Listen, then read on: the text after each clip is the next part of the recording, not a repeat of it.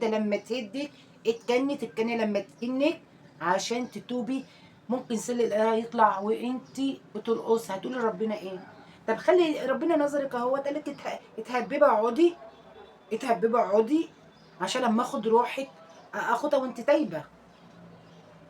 برضو مفيش فايده فيكي، اتكسرتي مفيش فايده، ركبت مسامير مفيش فايده، دماغك اتفرقعت مفيش فايده، برضو طلعت ترقصي. لو انتوا فاكرين امسك عصايتين عكاز ومركبه شرايح ومسامير ودعامه واطلع ارقص و مش عارفه اقولها. النهارده الترند بتاعنا النهارده راقصه من الراقصات اقول ايه، الفسق والفجور ولا بيقولوا عليها ايه. السلام عليكم ورحمه الله وبركاته. اللهم صل وسلم وبارك على سيدنا محمد عليه افضل الصلاه والسلام. مساء الخير يا جماعه، عاملين ايه؟ اخباركم ايه؟ وحشتوني جدا جدا جدا من الفيديوهات اللي عدت. ربنا يبارك لي فيكم يا رب. اتمنى كده من ربنا اللي اشوف تعليقاتكم الجميله، تعليقات تفتح نفسي ان شاء الله على الشغل، وتفتح نفسي كده ان انا اقدر اقدم لكم كل جديد ان شاء الله بالصدق وبامانه، حاجات ما بنالفهاش ولا من خيالنا، احنا كل حاجتنا بنجيبها من الواقع. اتمنى من ربنا اكون ايه، قناة بسيطة تعجبكم إن شاء الله، أو محتوى يكون يعني بسيط على قلبكم إن شاء الله، أو معلومات صغيرة تكون خفيفة على قلبكم إن شاء الله. تعالوا النهاردة بقى معانا ترند جديد. ما احنا بقى إيه، زمن الترندات، بس الترند النهاردة غريب قوي قوي. طريقته صعبة جدا، طريقته آه مش عارفة أحكيها، عشان أنا أول ما شفتها إزاي يعني. أنت ربنا سبحانه وتعالى إداكي إنذار وأنت ما عملتيش بيها، يعني ربنا قال لك خدي الحاجه دهيت عشان ترجعي من الحاجات الوحشه اللي انت بتعمليها. طبعا برضو مش عاوزه ترجعي على اللي انت بتعمليه. نقول لك ايه بقى، لقمه العيش مره. لقمه العيش مش عارفه ايه، اصل انا مش عارفه اكل اولادي، اصل انا مش عارفه اعيش. لقمه العيش لها حاجات كده معينه احنا بنضحي عشانها. يعني معلش اكون واقفه في السوبر ماركت وحد يرزل عليا، حد يتأمر عليا، او لقمة العيش حتى لو عيانة، لو بزحف هقوم اقف على السوبر ماركت وابيع واشتري واقبل اي اهانة من ده ولا من ده ولا رزالة من ده من دي، واقول لقمة العيش. معلش برضو لقمة العيش لو انا بياعة في سوق ومتبهدلة ومانيش قادرة اعمل اي حاجة، بقول لقمة العيش عشان خاطر اولادي. بس لقمة العيش النهاردة، الترند النهاردة، عشان امسك عصايتين عكاز ومركبه شرايح ومسامير ودعامه واطلع ارقص و مش عارفه اقولها. النهارده الترند بتاعنا النهارده راقصه من الراقصات اقول ايه، الفسق والفجور ولا بيقولوا عليها ايه، الراقصات اللي بهدلت بيوتنا، الراقصات اللي بهدلت شبابنا، الراقصات اللي بهدلت بناتنا.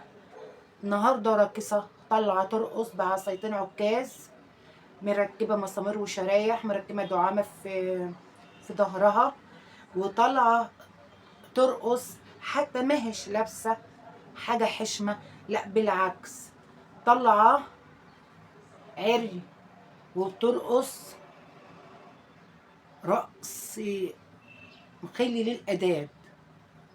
بتقول لك ايه، عشان لقمه العيش. لقمه العيش ايه ده، ربنا بينظرك بيقول لك تتهدى لما تهدك، تتكني لما تكنك عشان تتوبي. ممكن سل القراءة يطلع وانتي بترقصي، هتقولي ربنا ايه؟ طب خلي ربنا نظرك اهو، قالك اتهببي اقعدي، اتهببي اقعدي عشان لما اخد روحك اخدها وانت تايبه. برضو مفيش فايده فيكي، اتكسرتي مفيش فايده، ركبت مسامير مفيش فايده، دماغك اتفرقعت مفيش فايده، برضو طلعت ترقصي. لو انتوا فاكرين فنانه، انتوا بتقولوا عليها فنانه بس هم عار اولا، يعني كل الراقصات عار. ما تقولوش ده فن، لا ده مش فن، ده فاحشه، دي فاحشه. لو انتوا فاكرين الفنانه بيقولوا عليها فنانه اسمها فيفا عبده، كانت تعبانه قوي قوي، كان جاي لها انزلاق غضروفي، وكان مش عارفه ظهرها كان مكسور ولا رجلها ولا كلهم كانوا متكسرين، وطلعت وهي تعبانه وقالت انا هتوب والسماح يا رب واقبل توبتي يا رب. وطلعت عملت حجه يا جماعه، ولابسه الطرحه البيضه، ولابسه العبايه البيضه، وقالت خلاص. راحت عامله لايف، طلعت في لايف ودكتور بيدلك لها علاج طبيعي، ها، وقالت انا ما بقدرش اعيش من غير رقص. انت كنت لسه بتقولي هتوب وبتموتي وبين ايد ربنا وعملت حجه، ودلوقتي والدكتور بيدلك لك تقولي انا ما اقدرش استغنى عن الرقص، انا بحب الرقص، ادعوا لي يا جماعه، انا كده انا ما بعرفش اعيش من غير الرقص يا جماعه.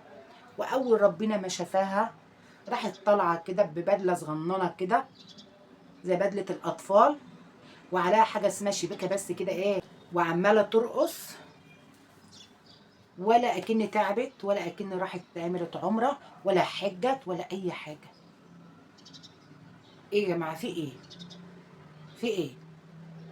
اروح احج واقف قدام الكعبه، ربنا يكتبها لنا يا رب ويغفر لنا ويسامحنا، واقول السماح والمغفره ونغسل ذنوبنا، وبنيجي من عند الرسول عليه الصلاه والسلام اكننا لسه مولودين من جديد، لسه شفاف، لسه ما فيش حاجه في دماغنا، في ثانيه الموازين تتقلب ونرجع اكتر من الاول، اوسخ من الاول.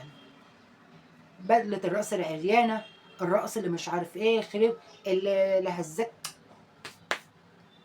كله. يعني هقول ربنا يهديكم، ربنا ياخدكم. طب خلي ربنا ياخدكم وانتوا بتتوبوا، مش ياخدكم وانتوا عمالين ترقصوا. ده هي تاخدكم تاخد اشكالكم. فن ايه يا جماعه؟ فن ايه؟ قولي فحشة ايه؟ قولي فساد ايه؟ قولي قرف ايه؟ ايه ده؟ في ايه؟ هو كل واحده طلعت ده الفنانه، ده دي الفنانه المغنيه الفنانه، كله بقى فنان، كلهم اصلا كانوا مش شخصيتيه، ما لهمش حلفان ولا لهم يمين ولا لهم اي حاجه في اي حاجه، لهم هم يروحوا يشربوا، يروحوا يسكروا، يروحوا يرقصوا في الكباريهات، هم ده اللي ليهم، هم ده اللي ليهم بس. الله يعافينا ويعافيهم ويتوب عليهم او ياخدهم، ربنا ياخدهم ويخلص البلد من الاشكال ديت عشان البلد تنضف. والله الله المستعان، ربنا يتوب عليهم او ياخدهم او يخلص البلد منهم ومن اشكالهم، او ينظف البلد عشان احنا بناتنا راحت مننا يا جماعه والله، وبناتنا وشبابنا اما بيشوفوا الحاجات ديت، لو احنا قفلنا عليهم، معاهم موبايلات، معاهم نت، معاهم قطران، حاجاتنا كلها باظت. الله المستعان، ويستر على بناتنا ويستر على اولادنا يا رب من الاشكال دي. وده كان في الدنيا، يا رب يعجبكم ان شاء الله، ولو عجبكم ما تنسونيش في اللايك والشير والاشتراك، والسلام عليكم ورحمه الله وبركاته، مع فيديو جديد ان شاء الله. اسيبكم في رعايه الله. تعالوا نشوفهم، اقول عليهم ايه، ياخدهم ولا يهدهم ولا يتوب عليهم. امين يا رب العالمين. اتفضل.